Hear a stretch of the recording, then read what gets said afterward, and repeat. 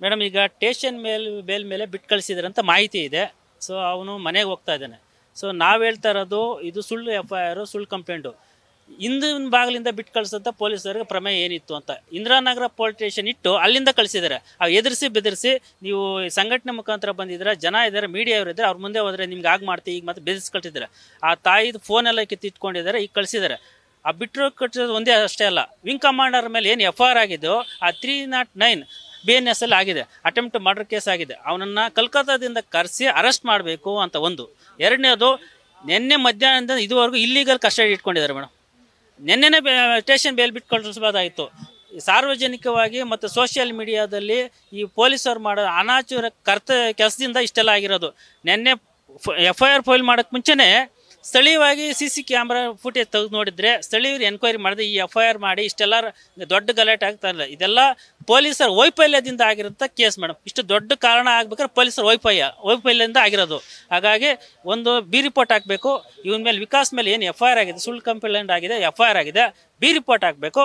Win commander ಮೇಲೆ ಏನಾಗಿದೆ ಅವ್ರ ಮೇಲೆ ಚಾರ್ಜ್ ಶೀಟ್ ಹಾಕಿ ಅವ್ನು ಬಂಧಿಸಬೇಕು ಅಂತ ನಾನು ಕೇಳ್ತೀನಿ. ಒಟ್ಟಾರೆ ಇವತ್ತಿನ ಬೆಳವಣಿಗೆಗಳನ್ನ ಹೇಳೋದಾರೆ ಸರ್, ಬೆಳಗ್ಗೆ ನೀವು ಇಲ್ಲೇ ಇದ್ರಿ, ಆದರೆ ಈ ಪ್ರೊಸೀಜರ್ ಯಾವಾಗಾಯ್ತು ಅಂತ ಹೇಳಿ ಸರ್? ಸ್ಟೇಷನ್ ಬೇಳು ನಿನ್ನೆ ಸಂಜೆಯಿಂದ ಟ್ರೈ ಮಾಡ್ತಾ ಇದ್ದೀವಿ ಸರ್ ನಾವು.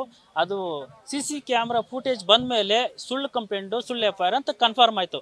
ನಿನ್ನೆನೇ ಬಿಟ್ಟು ಅಂತ ಕಳಿಸ್ತಿಲ್ಲ. ಬೆಳಗ್ಗೆ FIR ಮಾಡ್ತೀವಿ, ನಿಮ್ಗೊಂದು FIR ಕೊಡ್ತೀವಿ ಅಂತ ಕಾಯಿಸಿದ್ರು. 4:15 ಸ್ಟೇಷನ್ ಹತ್ರ ಇದ್ವಿ, ನೈಟು 4:00 ಇದ್ವಿ. ಬೆಳಗ್ಗೆ 9 ಗಂಟೆಗೆ ಬಂದು ಪ್ರೊಸೀಜರ್ ಮಾಡಿದ್ದಾರೆ.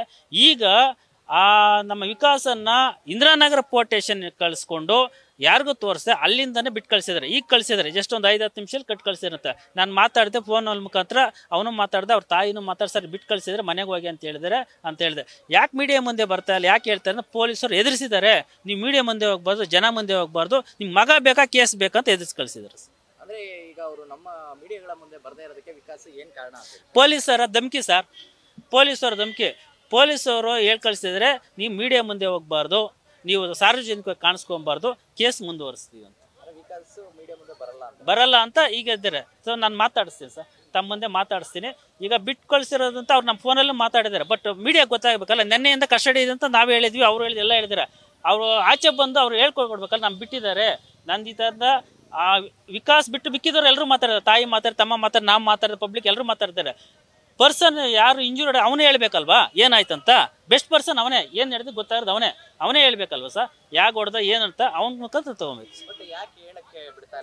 ತಗೊಂತ. ಈಗೇನು ಧಮಕಿ ಹಾಕಿ ಕಳಿಸಿದ್ರೆ ನಾನು ಅವ್ರು ಕನ್ವಿನ್ಸ್ ಮಾಡ್ತೀನಿ ಸರ್, ಮಾತಾಡ್ರಿ, ಏನು ನಡೆದಿದೆ ಅದು ಹೇಳಿ ಅಂತ ನಾನು ಮಾತಾಡ್ತೀನಿ, ನಿಮ್ಮ ಮುಂದೆ ಮಾತಾಡಿಸ್ತೀನಿ ಸರ್. ಈ ಕೇಸು ಬೇಕಾಗಿಲ್ದಂಥ ಕೇಸು, ಸಣ್ಣ ಪುಟ್ಟ ಅಂತ ಕೇಸು. ಇದನ್ನು ಪೊಲೀಸರೇ ಇಷ್ಟೊಂದು ಕಾಂಪ್ಲಿಕೇಟ್ ಮಾಡಿ, ಇಷ್ಟೊಂದು ಜನಕ್ಕೆ ಮಾಡಿ, ಸೋಷಿಯಲ್ ಮೀಡಿಯಾವರು ತಮ್ಮ ಮೀಡಿಯಾವರು ಸಹಕಾರ ಇಲ್ಲದೆ, ಮತ್ತು ಪಕ್ಷಿಗಳ ಕನ್ನಡ ಪರ ಸಂಘದ ಪಕ್ಷಿಗಳಿದ್ರೆ ಅವ್ನಿಗೆ ನ್ಯಾಯ ಸಿಗ್ತಾ ಇರಲಿಲ್ಲ. ಇವತ್ತು ಹೇಳ್ತೀನಿ, ಇಷ್ಟೆಲ್ಲ ಪ್ರೊಟೆಸ್ಟು ಏನು ಆಗದೆ ಇದ್ರೆ ಅವನ್ನ ಜೈಲಿಗೆ ಹಾಕ್ತಾಯಿದ್ರು ಸರ್. ತಾವೆಲ್ಲರೂ ಸಹಕಾರ ಕೊಟ್ಟಿದ್ದಕ್ಕಾಗಿ ಅವನನ್ನು ಇವತ್ತು ರಿಲೀಸ್ ಮಾಡಿ ಕಳಿಸ್ಯಾರ. ಯಾಕೆ ಜ್ಞಾನ ಇಲ್ವಾ, ನಿನ್ನೆ ಬಿಡ್ಬೇಕಂತ ಜ್ಞಾನ ಇಲ್ವಾ? ಇದು CC ಕ್ಯಾಮ್ರಾ ಫುಟೇಜ್ ನೋಡಿದ್ಮೇಲೆ ಪೊಲೀಸರಿಗೆ ಗೊತ್ತಿಲ್ವಾ? ಹಂಗಾದ್ರೆ ಸಾರ್ವಜನಿಕರು ಬಂದು ಈ ಪೊಲೀಸ್ ಠಾಣೆಯಲ್ಲಿ ಒಂದು 500 ಜನ ಸೇರಿ ಪ್ರೊಟೆಸ್ಟ್ ಮಾಡಿದ್ರೇ ಬಿಡ್ತಾರಾ? ಎಲ್ರಿಗೂ ಪ್ರೊಟೆಸ್ಟ್ ಮಾಡೋ ಶಕ್ತಿ ಇರ್ತದೆ ಸರ್. ಎಲ್ಲಿ ಬಿಡ್ತಾ ಇದ್ರು? ನಿನ್ನೆ ತೊಗೊಂಡು ಜೈಲಿಗೆ ಹಾಕ್ತಾ ಇದ್ರು ಅವನ್ನ, ಈಗ ಬಿಟ್ಟು ಕಳಿಸ್ತಾರೆ. ನಿನ್ನೆ ಯಾಕೆ ಮಾಡಲಿಲ್ಲ ಅಂತ ಹೇಳ್ತಾ ಇರೋದು ಪೊಲೀಸರು ದೌರ್ಜನ್ಯ. ಅವರೇ FIR ಮಾಡ್ತಾರೆ, ಅವರೇ ಬಿಟ್ಟು ಕಳಿಸ್ತಾರೆ. ಮತ್ತು ಅವರೇ ದೊಡ್ಡ ಮೀಡಿಯಾದ ಮುಂದೆ ಎಲ್ಲ ಹೇಳ್ತಾರೆ, ಈ ಥರ ಆಯಿತು ಅಂತ.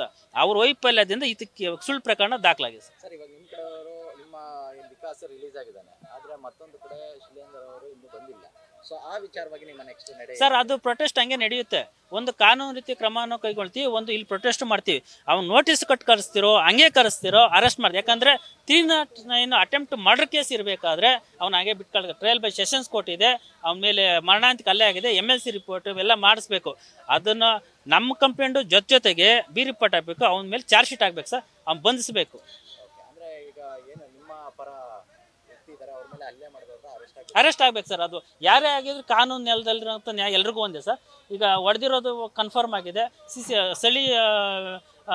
ಸ್ಥಳೀಕರೆಲ್ಲ ಹೇಳ್ತಾ ಇದ್ದಾರೆ ಯಾರು ನೋಡಿದ್ರೆ ಹೆಚ್ಚು ಅಂತ. ಅವ್ರನ್ನೆಲ್ಲ ಇನ್ವೆಸ್ಟಿಗೇಷನ್ ಮಾಡಲಿ, ಅವನು ಚಾರ್ಜ್ ಶೀಟ್ ಹಾಕಲಿ, ಜೈಸಿ ಕಳಿಸಿ ಸರ್, ಟ್ರಯಲ್ ನಡೆಸಿ. ನ್ಯಾಯ ಬೇಕು ಸರ್. ಈಗ ಅಮಾಯಕನ ಮೇಲೆ ಹೊಡೆದಿದ್ದಾರೆ ಅಂದರೆ ಅದೇನು ಒಬ್ಬ ವಿಂಗ್ ಕಮಾಂಡ್ರು ಹೈಲಿ ಎಜುಕೇಟೆಡ್ ಸಾರ್ವಜನಿಕರನ್ನು ಹೆಂಗೆ ನಡ್ಕೊಬೇಕಂತ ಗೊತ್ತಾಗಲ್ಲ ಸರ್. ಬೂಟ್ ಕಾದಲ್ಲಿ ಓದಿತಾನೆ, ಯಾರು ಕೇಳೋರಿಲ್ಲ ಅಂದರೆ ಅವನೇನು ನಾರ್ತ್ ಇಂಡಿಯನ್ ಬಂದ ತಕ್ಷಣ ಕರ್ನಾಟಕನ ಹೆಂಗಂದ್ರೆ ಹೊಡೆಯೋದ. ಬಟ್ ಕೇಸ್ ನಡೆದಿರೋದನ್ನ ತಿರುಚಿ ಬೇರೆ ರೀತಿ ಪೋರ್ಟ್ರೇಟ್ ಮಾಡ್ತಾರಲ್ಲ. ಕರ್ನಾಟಕದವ್ರು ಕನ್ನಡ ಮಾತನಾಡಲಿಲ್ಲ ಅನ್ನೋ ಕಾರಣಕ್ಕೆ ಹಿಂದಿಯವ್ರನ್ನ ಹೊಡೆದ್ರು ಅಂದ್ಬಿಟ್ಟು ನ್ಯಾಷನಲ್ ಲೆವೆಲಲ್ಲಿ ಬೇರೆ ಬೇರೆ ವಿಚಾರಲ್ಲಿ ನಡೆಸ್ತಾರಲ್ಲ ಸರ್, ಅದು ಭಾಳ ಅಕ್ಷಮ್ಯ ಅಪರಾಧ ಸರ್. ಅದು ಬೈ ಇಂಟೆನ್ಷನ್, ಅದು ಅನಾಗರಿಕತೆ ಇದೆ, ಮತ್ತೆ ಗೊತ್ತಿಲ್ಲದೆ ನಡೆದಿರುತ್ತಲ್ಲ. ಇಂಟೆನ್ಷನ್ವಾಗಿ ಸಮಾಜನ ಎತ್ತುಕಟ್ಟಿ ಒಂದು ಎರಡು ಮಾತನಾಡೋ ಭಾಷಿಕರನ್ನ ಬೆಂಕಿ ಹಚ್ಚಕ್ಕೆ ಮಾಡಿದ ಕೆಲಸ ಅವನು. ಈ ರೀತಿಯಾದಂಥ ಒಂದು ಕೆಲಸಕ್ಕೆ ಬೇರೆ ಏನಾದರೂ ಮತ್ತೆ ಕಾನೂನಿನಲ್ಲಿ ಹೋರಾಟ ಮಾಡುವಂಥ ಸ್ಟೆಪ್ಸ್ ಏನಾದರೂ ಇದೆಯಾ? ಇದು ಪೊಲೀಸರ ವೈಫಲ್ಯ. ಒಂದು ಬಿ ರಿಪೋರ್ಟ್ ಹಾಕೋದಕ್ಕೆ ನಾವು ಪ್ರೊಟೆಸ್ಟ್ ಮಾಡ್ತೀವಿ, ಒಂದ್ಮೇಲೆ ಅವನ ಮೇಲೆ ಚಾರ್ಜ್ ಶೀಟ್ ಹಾಕೋದಕ್ಕೂ ನಾವು ಕಾನೂನು ಕೈಗೊಳ್ತೀವಿ. ನ್ಯೂಸ್ ಫಸ್ಟ್ ನಿರ್ಭೀತಿಯಿಂದ ನಿಮ್ಮ ಪರವಾಗಿ.